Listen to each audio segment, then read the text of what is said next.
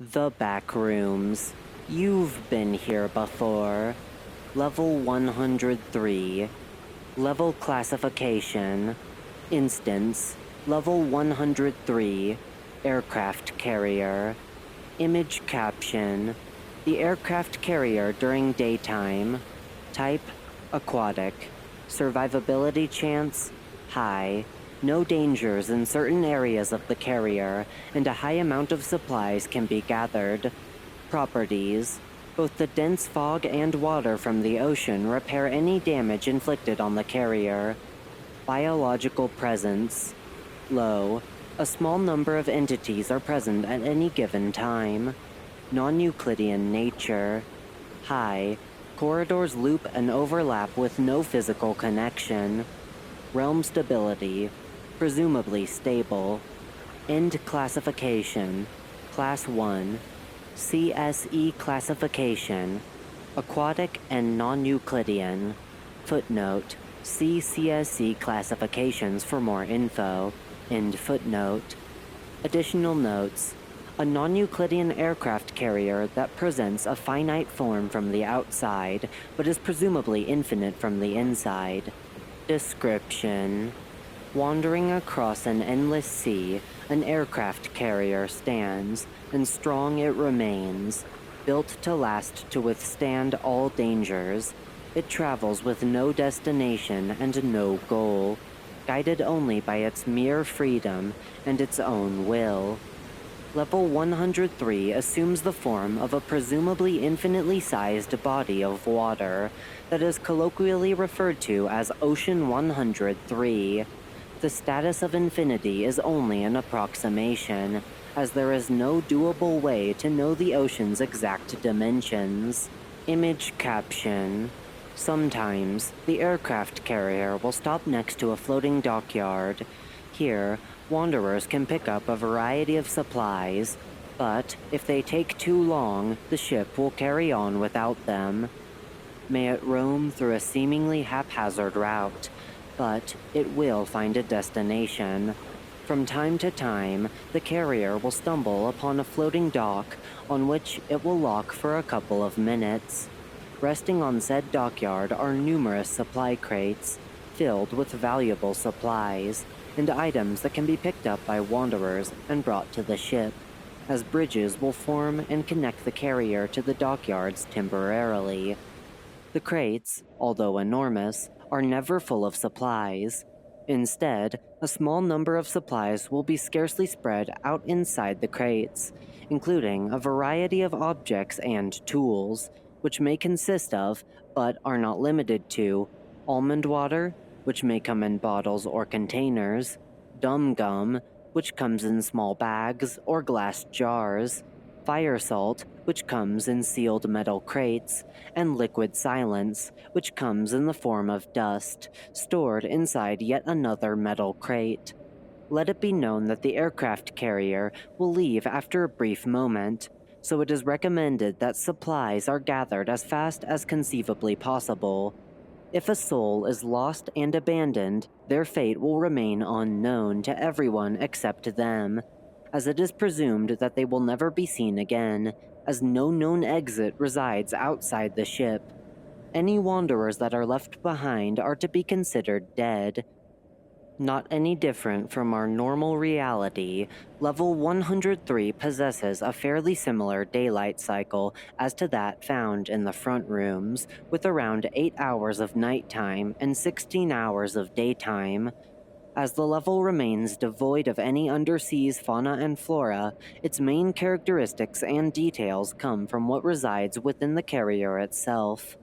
Non-Euclidean in nature, with its seemingly finite form from the outside, once entered, all its corridors will overlap each other and create an infinite maze of rooms and arrays of hallways. Nevertheless, any passage marked as an exit will lead wanderers back outside. Built with sturdy and strong materials, the carrier is very stable and sound, with no signs of damage or scratches seen at any time. Any damage inflicted on the carrier is repaired as soon as it passes through dense fog, or if the water surrounding it touches the damaged zone. These effects appear to only work on the carrier, as both wounds and broken objects will not be healed or repaired by the same methods. Standing strong as the main structure of the aircraft carrier, the island control structure also possesses the aforementioned non-Euclidean nature. The control room will seamlessly stretch outwards to infinity if a wanderer approaches the walls. These changes will remain for as long as the wanderer remains in the same spot. If the wanderer exits, the room will begin to shrink until it reaches its initial form. Fighter jets and helicopters are present on the aircraft carrier, but are not functional. Hangars and any decks are missing from the interior, as it is solely populated by the aforementioned rooms and corridors. The fuel present in the aircraft can be retrieved and used on many generators found scattered all across the carrier. These are commonly used by wanderers and communities to supply their own bases and outposts, which, although small, provide care to many wanderers. Furthermore, the fuel also regenerates if the aircraft passes through a dense fog. The longer the aircraft remains in a dense fog, the more fuel is regenerated, thus creating an infinite source of energy. However, fog can sometimes take weeks to form again, so other energy sources have to be found, or wiring from the aircraft carrier is redirected to these bases, although power surges still happen. A trip downstairs. Traveling down into the bizarre nature of the corridors down beneath, not much can be said about their look. The walls are covered in metal pipes of blue, red, and sometimes gray colors. The floors are all made out of a clean, shiny beige-colored type of metal, with the roof being made out of the same material, and, occasionally, one may stumble upon wires, circuits, doors, and even windows. These windows do not contain any anomalous effects. Curiosity has led many to enter through the numerous doors found in these corridors, which will lead most to a unique room. These differ greatly from one another, and a list of documented room types and brief descriptions has been included. But it is important to keep in mind that entities freely roam around these corridors and rooms, so one should explore with extreme caution. Room name, Trauma Center. Brief description. A room equipped with material to provide extensive care for patients who have suffered a major accident. Most of the equipment does not function, but can be used for a scrape. Supplies, if any. Medical supplies can sometimes be found, albeit rarely. Dangers, if any. Broken machinery will have its circuits and wiring exposed, which can cause electrocution. Room name, berth. Brief description. A room filled with beds and mattresses, usually in terrible conditions. Supplies, if any. None. Dangers, if any. None. Could theoretically be used as a room to rest on if the door can be properly locked from any outside dangers. Room name, cafeteria. Brief description. A large room filled with tables and empty counters. Many of the electronics or appliances appear to be missing from most rooms, but some of the rooms may still contain a number of these still intact. Supplies, if any. Food is considered poisoned, leaving almond water as the only valuable supply to be found. Dangers, if any. Usually high in entity count. Engine room. A moderate-sized room that contains up to 3 large engines, presumably powering the aircraft carrier. These cannot be shut down, as it has been attempted many times before to no avail. Supplies, if any. Sometimes, some tools can be found inside red toolboxes. Dangers, if any. Very noisy, becomes deafening after extended periods of exposure. Room name, biohazard containment. Brief description. Rooms filled with biohazard materials. Cultivations of highly infectious viruses and other hazards. It is not recommended to interact with anything inside of the room to prevent any diseases from spreading. Supplies, if any. None. Dangers, if any.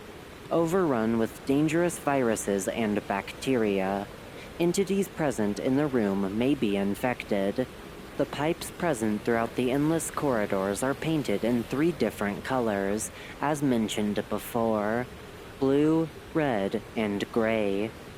Blue pipes carry water pumped from the ocean outside, which is then transported through both an outer and inner circuit of tubes that connect to an enormous network of sprinklers, which disperse water in any damaged areas in the interior. Red pipes carry a unique substance that is very hard to examine. It cannot be transported as it evaporates once it is removed from red pipes. Following the pipes can sometimes lead to a biohazard containment room, found being connected to a form of generator or centrifuge. Gray pipes carry oxygen all throughout the corridors. As corridors begin to gain less oxygen the further they stretch away from any starting point. The oxygen is then connected to AC units, which will provide just enough oxygen for wanderers to survive. Presumably, all energy is provided by the main engines present in the engine rooms. This energy travels through a gigantic network of cables that connect to every electrical component present in the level. Power surges can sometimes occur at random, assumedly caused by power overloads or disruptions caused by entities or machines being turned on in critical areas. Most machinery, although not functional, appears to be consuming energy at any given point. Outlets are commonly present inside some rooms and will provide a steady amount of charge, albeit very low and time-consuming. Entities. Entities freely roam around the inside layers of the ship.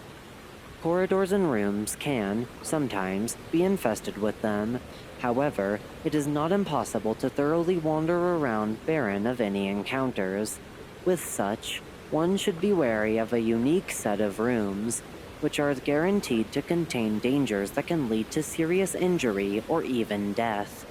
Usually, these rooms will have obvious signs that they pose a severe threat to wanderers, but, even so, a guide has been added below as it should help lower the number of incidents among wanderers in level 103. Do not trust the dark. Rooms that contain no form of lighting are not to be entered. Entities can be hiding and waiting for you to fall into their trap. If you hear voices, they are not friendly. Wanderers will not be calling for help. If they are, ignore it. Entities are alerted by sound, and you should not give them a chance to find you. No one is nice in the backrooms. Do not trust any invitation. Remember that being too nice is not a promise that someone is trustworthy. Your back is never being watched, and any invitations you accept may be leading to your very end. If you spot an entity, do not enter any room nearby. If an entity is nearby, it is safe to assume that nearby rooms also contain entities and should not be interacted with. Retreat slowly and find another corridor. If the room is filled with balloons, flee immediately. You are not safe. You surely do not want this party. If the room appears to be a void, do not enter it. It might be a manifestation of the decay. Corrupted data. A void. Emptiness.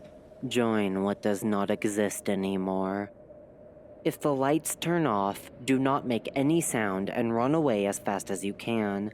Entities will be looking out for you, and you don't want to be there when the lights turn on. If the lights suddenly turn off because of sudden power surges, you should immediately run away from your current location. It is worth remembering that blackouts only happen in a certain area of the ship, so running away quickly enough will surely lead you to a safer, lit area, devoid of any danger. If blood is covering the door or the surrounding area, this might be an entrance to the blood rooms. Do not enter at any cost. Death is guaranteed. The Blood Rooms is a place that should never be entered.